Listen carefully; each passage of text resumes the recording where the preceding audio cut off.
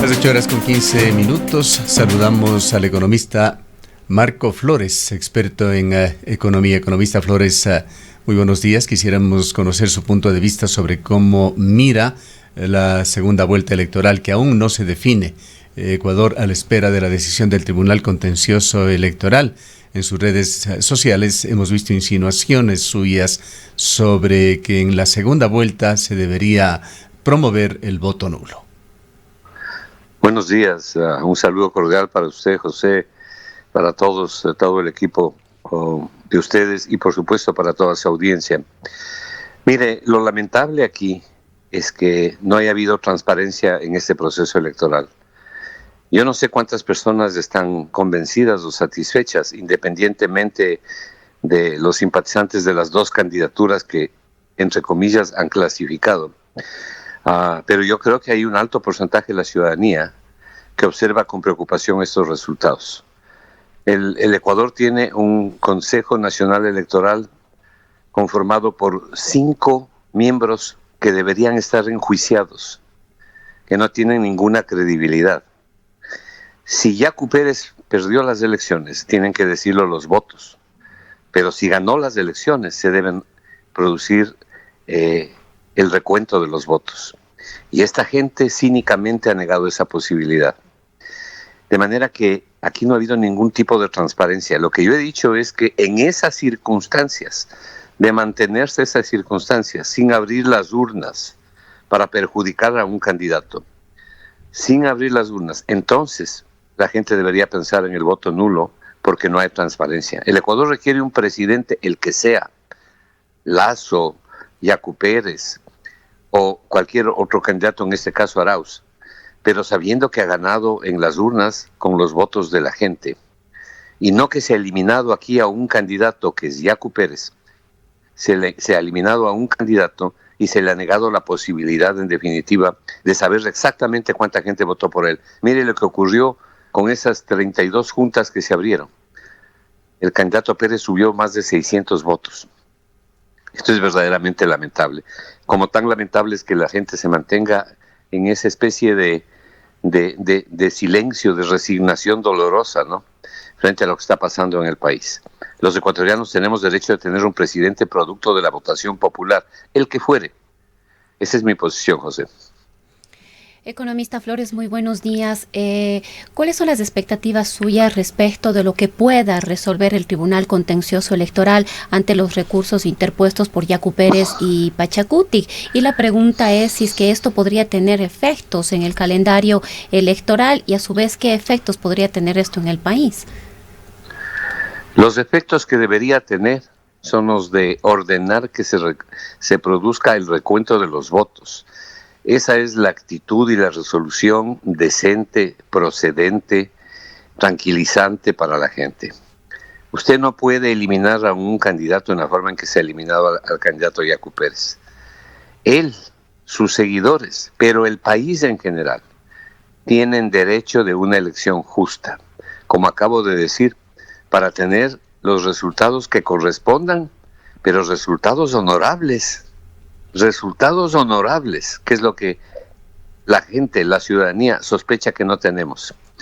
¿Cuáles pueden ser las consecuencias? Usted me dice, ¿se puede mover el calendario electoral? Yo no sé si se puede mover el calendario electoral, pero lo que sí sé es que hay algo prioritario. Y que la Constitución de la República comienza diciendo que la soberanía nace del pueblo. Y este es un acto preciso y exacto de soberanía. La soberanía nace de la voluntad popular. Eso es lo que cuenta, ese es el mandato constitucional. Y aquí puede moverse el diablo si es que es necesario. Pero no por evitar eso podemos tener aquí, en definitiva, un candidato que llegue a ser ungido sin haber cumplido los requisitos de legalidad que todos queremos, para tener un presidente asentado en votos, confiable y en quien la gente también pueda depositar su confianza. Debemos entender, economista Flores, que usted da por descontado, como lo hacen varios analistas, que el Tribunal Contencioso Electoral no dará una respuesta, una salida satisfactoria al reclamo de Yacu Pérez. No doy por descontado, pero Me parece difícil, ¿no? Nada es imposible, se dice, ¿no? Pero me parece difícil, ¿no? La forma en que funcionan estas instituciones, la forma en que funcionan estas gentes, la forma en que han venido funcionando, básicamente desarrollando shows, mintiendo, engañando, la ruptura de la institucionalidad tan brutal que hay en el Ecuador. Aquí hay una burla a la sociedad, hay una burla a la gente, se le mienten todo, se le mienten las cifras, se le mienten las estadísticas oficiales de la economía. Y claro, la gente no tiene razón de saber porque no tiene por qué ser experta, pero es mentira tras mentira, engaño tras engaño. Y creo que el país está cansado de esto, todos estamos cansados de este cinismo, de esta mala forma de hacer política, de hacer economía, de engañar. Entonces, evidentemente yo no puedo confiar en lo que haga ninguna de estas instituciones. Ojalá haya ahí la esperanza de que por lo menos algo se pueda lograr, ¿no? Imagínese lo que significa que se esté negando la posibilidad de recontar los votos. Imagínese lo que eso significa para saber quién es el legítimo ganador. Esta señora Atamaín es un homenaje a la desvergüenza, es un homenaje al cinismo, y por lo menos dos de los que la acompañan también lo son. De manera que es verdaderamente frustrante observar cómo están funcionando estas instituciones, y no solo esta institución, varias de las instituciones en el Ecuador. ¿Qué se ganaría, sin embargo, economista Flores, con un voto nulo ante la eventualidad de que no sea satisfactoria la respuesta del Tribunal Contencioso Electoral? Es lo que propone también la CONAIE. El voto nulo, sin embargo, históricamente siempre ha sido insuficiente, incluso como para dejarlo sentado como una muestra de una corriente de insatisfacción, de rechazo al sistema democrático como se lo lleva en el país, y de hecho, muy lejos de tener un efecto práctico como para, por ejemplo, anular una elección. Bueno, yo no coincido mucho en esa apreciación. Primero, el voto nulo es una posibilidad contemplada en la ley, ¿no es cierto? La gente tiene derecho de votar por algún candidato, de votar nulo o de abstenerse de votar, voto blanco, ¿no? Claro, está en el espectro de posibilidades, sin duda. Es el espectro de posibilidades legales, Aquí estamos con la ley en la mano.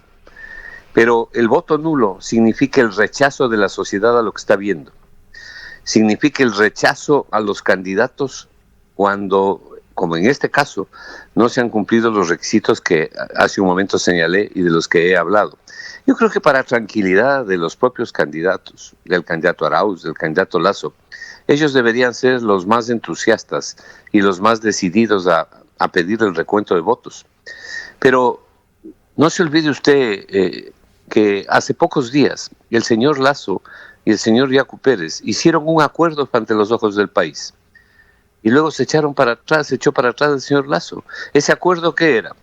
Era el recuento de los votos que ellos mismos señalaron que lo iban a hacer. Se echó para atrás simplemente. Bueno, la posibilidad de votar nulo significa un rechazo del país a lo que está viendo, a la forma en que han sido conducidas las elecciones, y a dejar sentada una protesta, que es lo único que puede hacer la sociedad, los ecuatorianos que tenemos otro criterio y que pensamos que debemos tener un presidente con las garantías necesarias. ¿Usted cree que no va a quedar rondando el fantasma del fraude cuando alguno de estos dos caballeros, Arauz o Lasso, sea ungido? ¿Usted cree que no va a quedar rondando el fantasma alrededor? ¿Acaso no pierden ellos mismos legitimidad? Y nadie quiere eso. Queremos tener un presidente consolidado con los verdaderos apoyos. Si no se hace lo que se debe hacer, que es lo que acabamos de conversar, entonces de inicio tendremos un presidente fragmentado, un presidente que no comporta los necesarios auspicios y los necesarios respaldos de la ciudadanía, y sobre el que hay dudas de su legitimidad, y eso es malo para el país. Eso es malo para el país. Entonces, precisamente por eso es que el recuento de votos, ya que el Tribunal Contencioso Electoral admitió el recurso presentado por el candidato Yacu Pérez, ya que admitió el recurso, entonces debe proceder a eso. ¿Cuál es el temor? Solamente hagámonos una pregunta en voz alta, pues José. ¿Cuál es el temor de contar los votos para saber quién ganó? Pero eso es lo lógico, pues es lo decente, es lo correcto. Lo otro es tapar. No cuenten los votos. Vamos los dos que estamos aquí y dejemos al resto afuera. Terrible. Por eso es que yo me opongo a esa posibilidad. Desde el punto de vista económico, que es sobre todo de donde proviene su experticia, economista Flores, ¿cómo mira usted este epílogo, este final del gobierno de Lenin Moreno, con esa imposibilidad de cumplir con los municipios, con las prefecturas, tema que tiene al país semiparalizado, con esa enorme iliquidez que provoca la falta de pago a proveedores del Estado, y esa otra intención también que se intenta llevar adelante ante el Poder Legislativo de promover la ley de defensa de la dolarización? Bueno, sobre la primera parte, el gobierno termina sin pena ni gloria, ¿no? Más con pena que sin gloria. Ha sido un verdadero desastre en el manejo de la economía, un verdadero desastre.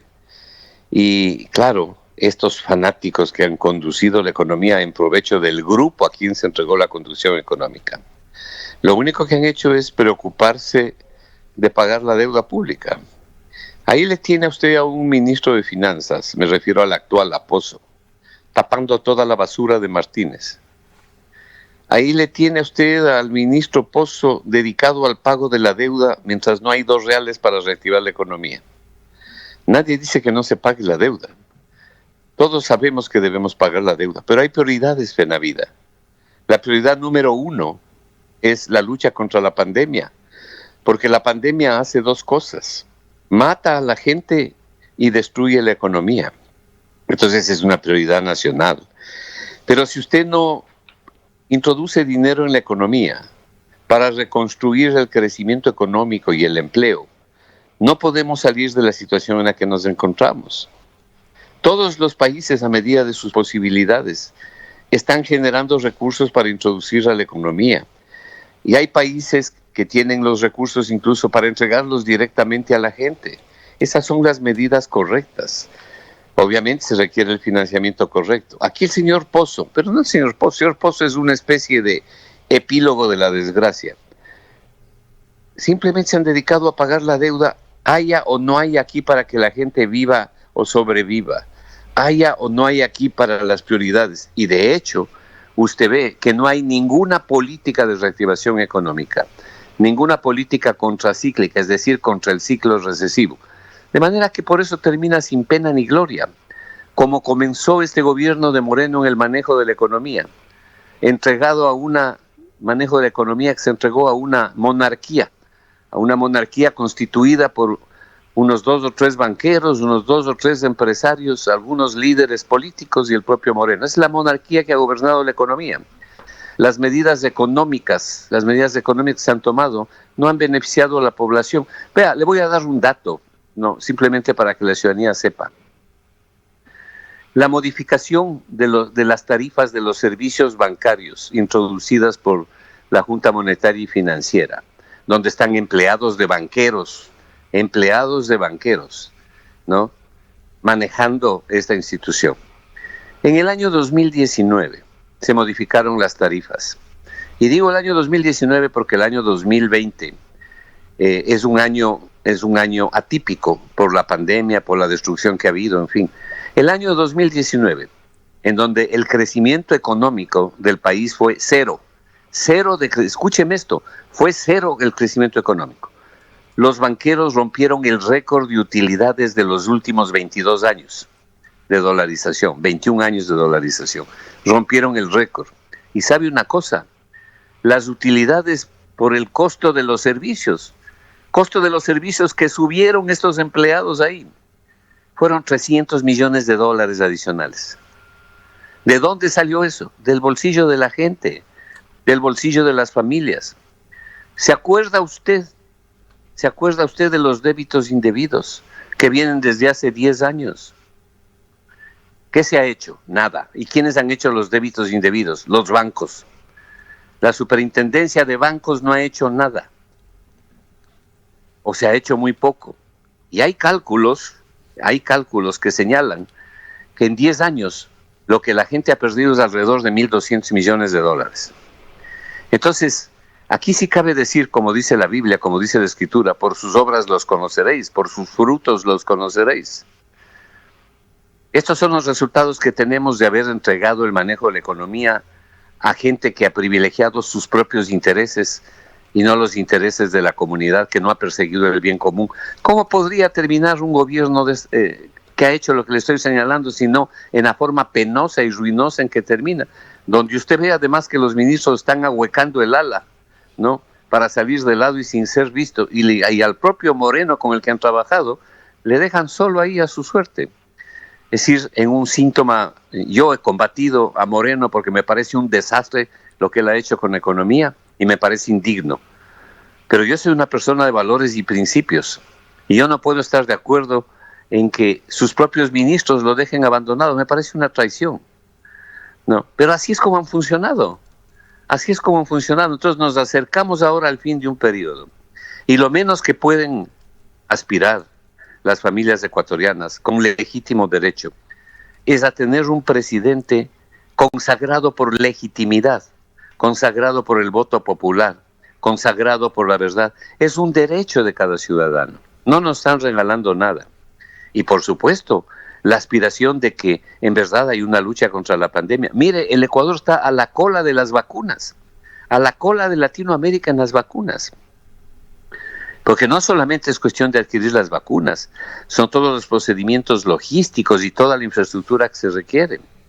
Y no solamente a la cola de las vacunas, sino que el Ecuador está a la cola de la contracción económica, a la cola del desempleo y subempleo.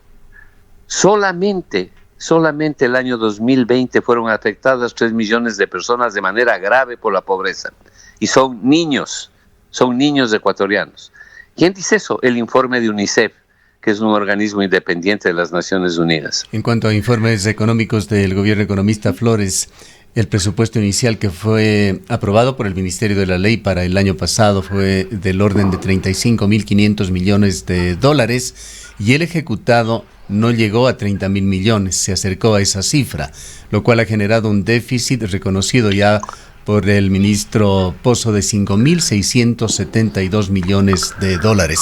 Esto queda en las cifras, pero ¿qué efectos prácticos, qué consecuencias trae para el pueblo ecuatoriano este desfase? Varias. Primero, la mentira siempre tiene patas cortas, ¿no? Pozo salió a decir que el déficit iba a ser de 3.000 millones y nosotros del Foro de Economía lo rebatimos y le dijimos que no sería inferior a 6.000 millones. Y nosotros creemos que el déficit se acerca a 7.000 millones. Pero vamos a dejarlo en los 6.000 que ahora por lo menos reconoce Pozo. Pero primero salió con su mentira de que sería 3.000 y pico millones. Muy bien, 6.000 millones. ¿Qué pasa con el presupuesto del año 2021, del actual? Estamos funcionando con el mismo nivel del presupuesto ejecutado del año anterior, por ser un año electoral. Ese es un presupuesto reducido que simplemente está incorporando la caída sustantiva en la recaudación tributaria. ¿Y por qué hay una caída sustantiva en la recaudación tributaria? Porque no hay crecimiento económico.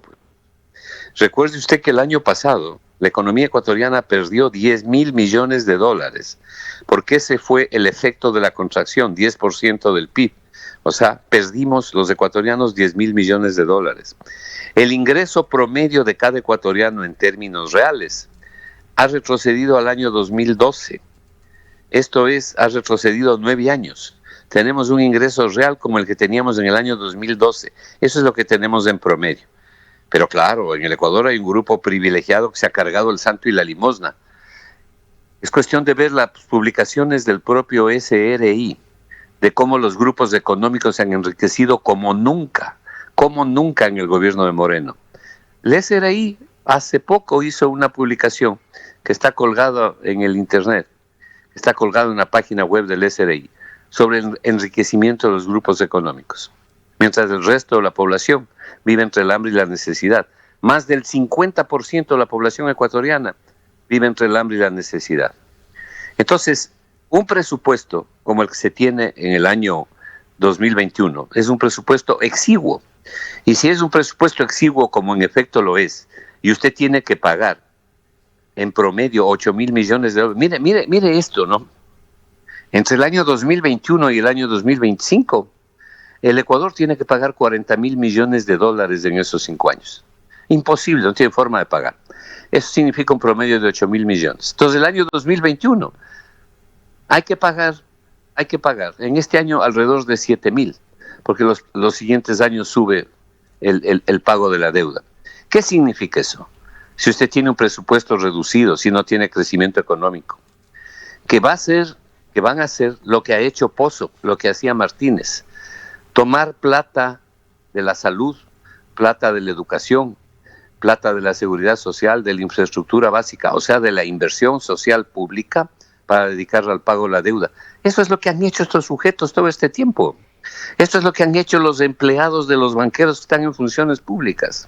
Economista Flores, otra de las consecuencias es el tema del empleo. El INEC en esta ocasión entregó con cierto retraso, me parece con más de 30 días de retraso las cifras. Esto se atribuía a un cambio en la metodología para determinar y a la final ubicó al empleo adecuado en un 30,8%, el subempleo un 22% y el desempleo en un 5% a diciembre del año 2020. ¿Cuál es la lectura que tiene usted al respecto? Que el INEC está mintiendo. En primer lugar, las cifras tenía que publicarlas del INEC, no cuando le dé la gana. Hay una reglamentación sobre eso, que tiene que ser cumplida. Tenía que publicarlas en el mes de enero, y las ha publicado en el mes de marzo sin ninguna explicación, y mucho menos con alguna explicación válida. No hay ninguna explicación por el INEC. Nosotros en el Foro de Economía hemos hecho los cálculos necesarios y le podemos decir lo siguiente. En primer lugar, mire, estos inventos del INEC, trabajo no remunerado, trabajo sí remunerado, empleo pleno, empleo no pleno. Todo esto son una serie de adefesios para confundir a la gente. Lo que usted tiene en el mundo son 3 categorías. El empleo, ¿cuánta gente trabaja? No cuánta gente tiene empleo no remunerado y todos los adefesios que dice el INEC. ¿Cuánta gente trabaja? ¿Cuál es el empleo? ¿Cuál es el desempleo? ¿Cuál es el desempleo de la población? Es la segunda categoría. Y en el Ecuador, la tercera categoría es el subempleo. En el Ecuador lo que importa es la suma de desempleo más subempleo. Y usted lo puede obtener muy fácilmente. Simplemente vea la totalidad de la población económicamente activa. Réstele la gente que está empleada. Y lo que le queda es la gente subempleada y desempleada. Y esos son el 70% de la población.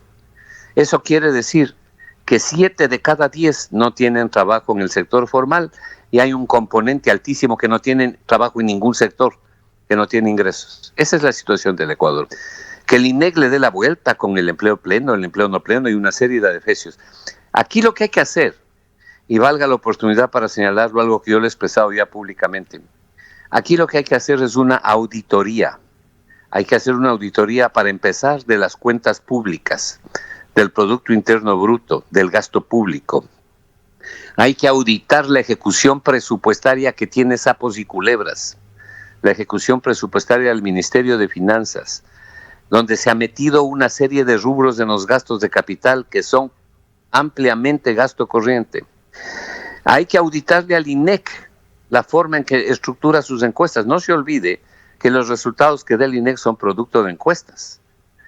Todo eso hay que hacer, todo eso es necesario cambiarle al Ecuador, virarle como a bolsillo de payaso, pero para bien, y con la verdad en la mano, con gente capacitada, con gente honesta, con gente que trabaje por la patria y que trabaje por las familias ecuatorianas, que es lo que no ha tenido el Ecuador desde hace años. ¿Cree usted, economista Flores, que alguna de las 3 opciones que hasta el momento se presentan potencialmente para la segunda vuelta electoral, alguna de ellas puede asumir debidamente estos temas? Sí, claro, Yacu Pérez. Yo siempre me pronuncié por Yacu Pérez y la razón es bien simple. En primer lugar, Pérez es un hombre sano, es un hombre bueno, es un alma buena y las personas buenas se rodean de gente buena. Pero no solamente eso, sino que no tiene intereses en conflicto, tiene las manos limpias, ¿no? Y puede cometer errores, como es lógico, pero si se rodea de gente adecuada, puede hacer un buen gobierno. ¿Por qué? Porque tiene buena fe, es un hombre de buena fe. Bien. Un hombre que está luchando por la defensa del agua, ¿no? En Azuay y particularmente en Cuenca, conocen mejor que nadie lo que ha pasado en sectores que han sido ampliamente contaminados por la minería. Finalicemos, economista Flores, el tiempo no nos da para más. Finalicemos con su expectativa sobre la segunda vuelta electoral. Bueno, yo lo que quisiera es que haya una segunda vuelta electoral entre los que realmente pasaron a la segunda vuelta electoral y que en esas circunstancias gane el que tenga el favor popular, los votos de la gente, el que sea, tenga la seguridad de que yo aplaudiré y respetaré al candidato que gane legítimamente, el que sea, pero que gane con los votos, no con la ayuda del Tribunal Electoral. Bien, queremos agradecer al economista Marco Flores. Buen día. Experto en economía. Son las 8:40. El economista Flores nos ha dado su visión política y económica del momento actual que vive el Ecuador.